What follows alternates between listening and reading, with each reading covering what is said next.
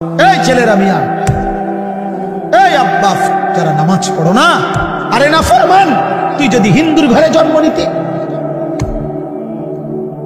তুই যদি ইহুদির ঘরে জন্ম নিতি, তুই যদি খ্রিস্টানের ঘরে জন্ম নিতি, বেটা কি হতো জীবন? যদি কোনোদিন কালেমার আহ্বান না শুনতাম। তুমি তো মুসলমানের ঘরে জন্ম নিয়া এভাবে ইমানকে ফেলে দিলা। মুসলমানের ঘরে জন্ম নিয়ে এভাবে নামাজকে প্রত্যাখ্যান করলা। ছি ছি ছি ছি। তোমারে দেখে তো হিন্দুও হাসবে, তোমারে দেখে তো ইহুদিও হাসবে, তোমারে দেখে তো খ্রিস্টানও হাসবে। যে দেখছো হয় নাকি শ্রেষ্ঠ জাতি, ওদের ধর্ম নাকি শ্রেষ্ঠ ধর্ম, ওদের ধর্ম কোরআন নাকি শ্রেষ্ঠ কিতাব। ওদের শ্রেষ্ঠ ধর্ম ওদেরই পছন্দ হয় না, ওদের শ্রেষ্ঠ কিতাব ওরাই পড়তে পারে না।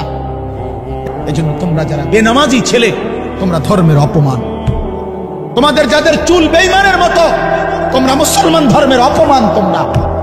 তোমাদের কারণে আমার ধর্ম লজ্জিত, তোমাদের কারণে ধর্ম বেইজ্জতি হয়েছে। তোমরা ইসলামকে অপমানিত করলা, আল্লাহকে অপমানিত করলা, আমার নবীর শ্রেষ্ঠতম 23 বছরের আদর্শকে তোমরা অপমানিত করলা। এই অপমানের বিচার আল্লাহ করবে, মনে রাখো। ছেড়ে দিবে না বাপ। আল্লাহ কোরআনে বলছে, বান্দা আমি 1 সেকেন্ড ছাড়বো না, আমি হিসাব নেব। তুমি জানো না ফেরাউনকে শোয়াইছে কে? তুমি জানো না কারুনকে শোয়াই দিছে কে? তুমি জানো না নমরুদ সাদ্দাতকে নিশ্চিহ্ন করে দিয়েছে কে? তুমি শোনো নাই? তুমি আন্দাজ করো নাই আমি আল্লাহ কেমন?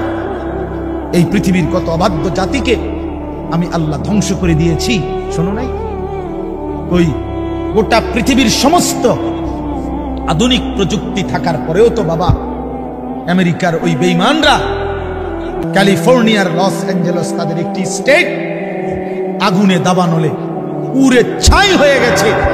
হাজার হাজার কোটি কোটি মিলিয়ন ডলারের এই বাড়ি ভবন, এগুলো পৃথিবীর সর্বাধুনিক প্রযুক্তি দিয়ে, অত্যাধুনিক প্রযুক্তি থাকা সত্ত্বেও, আধুনিক সরঞ্জামাদি থাকার পরেও বাপ আল্লাহর দেওয়া আযাবে আগুনে যখন জ্বলছে, এই কয়দিন হইল কোনো বেঈমানে 1 সেকেন্ডের জন্য আগুন নিভাইতে পারে না।